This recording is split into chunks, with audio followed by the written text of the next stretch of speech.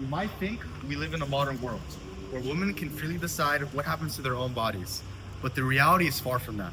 In 2025, women are still fighting tooth and nail for basic reproductive rights. These rights are about much more than abortion or birth control. They are about personal freedom, survival, and respect. Yet, from states here in the US to countries halfway across the world, women face the same message: your body is not your own.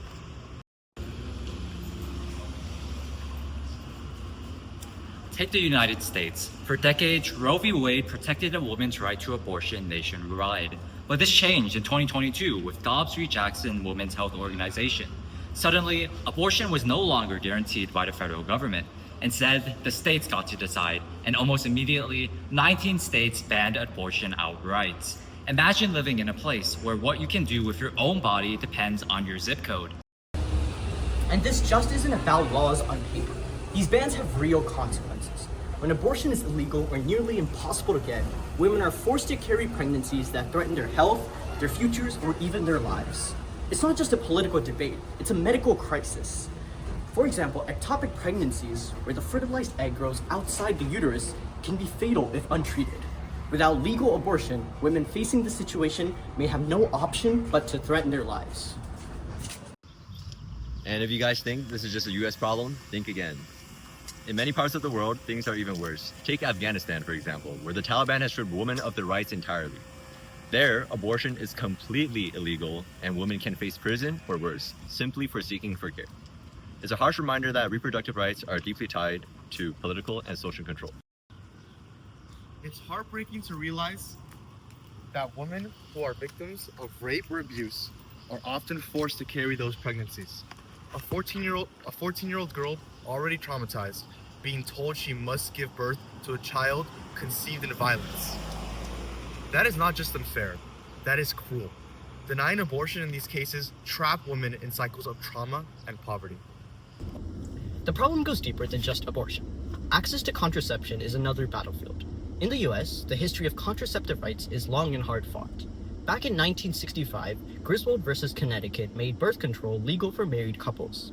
Since then, there have been steps forward, but new threats emerge every year. Today, there is a proposed Right to Contraception Act in the Senate, aiming to make contraceptive access a federal right.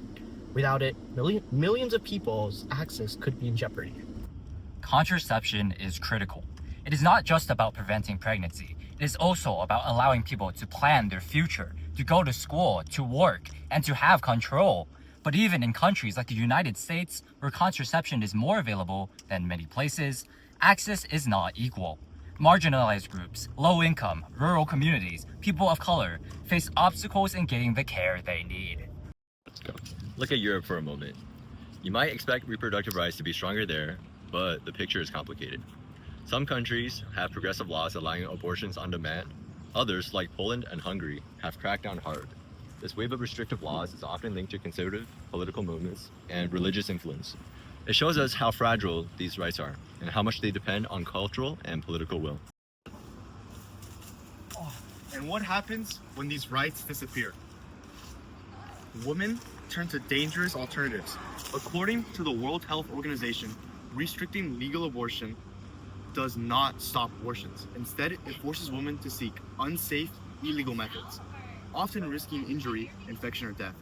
This is not a theoretical issue. It is a reality that kills thousands of women every year. And it's not just healthcare systems or laws that create barriers. Social stigma, shame, and misinformation make it even harder. In many places, especially in the Middle East and North Africa, sex education is taboo. Women and young people grow up with little knowledge about their bodies or reproductive health. Without education, access, or support, the cycle continues. These problems are worsened by weak legal protections. For example, in many Arab countries, abortion is banned or heavily restricted, with narrow exceptions. Child marriage, a lack of comprehensive sex education, and gender-based violence are often justified by tradition or religion, further limiting women's autonomy. And we cannot ignore the economic and political factors. Conflict, poverty, and unstable governments mean healthcare systems are underfunded and inaccessible. Women in these regions suffer disproportionately. It becomes impossible to separate reproductive rights from broader human rights and social justice issues. At the heart of this fight is the principle of self-autonomy. Every woman should have the right to decide what happens to her body. No government or lawmaker or religious authority should take that away. History shows us that denying this right is denying humanity itself. Still, many argue that abortion is immoral or sinful, but morality cannot be composed through law without considering individual circumstances. It's easy to judge from a place of privilege, but for millions of women, the reality is harsh and complex. And the consequences of ignoring this complexity are devastating. Restrictive laws disproportionately harm marginalized women. That is, poor women, women of color, young girls. Their voices are often the least heard. That is why reproductive rights must be understood as part of a global human rights framework. They are essential to gender equality, public health, and social progress. We live in a world where women's bodies are battlegrounds. But this battle is about much more than abortion or contraception. It is about respect, freedom, and the right to shape one's own identity. The question is, what kind of society do we want? One that allows women to make their own choices, or one that controls their bodies? We must listen to the women on the forefront of this battle. Their strength, their struggles, their actions, they must guide our path forward.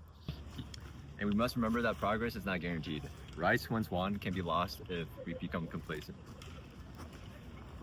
Let's not forget the mental and emotional toll that this takes. Being forced to carry an unwanted pregnancy is not just a physical burden, but it can lead to lasting trauma, depression, and anxiety. Women are often forced to sacrifice their dreams, education, and careers solely because society refuses to respect their choices. And that trauma isn't just individual. It ripples through families, communities, and entire societies. When women cannot control their reproductive health, the cycle of poverty and inequality continues, generation after generation. There's also a global economic cost. Countries that deny women reproductive rights often face higher rates of maternal mortality, lower workforce participation, and increased healthcare costs. Empowering women to make these choices is not only a moral issue, it is smart economics. We should also consider how technological advances and medical knowledge have made safe abortion and contraception more accessible and safer than ever before. Yet, the political and social barriers have kept many women from benefiting. This disconnect is heartbreaking.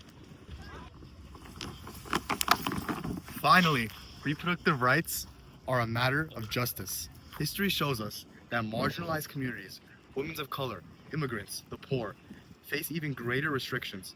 Fighting for reproductive rights means fighting for the most vulnerable. We have the knowledge, the evidence, and the moral imperative. The question is, will we choose progress or repression?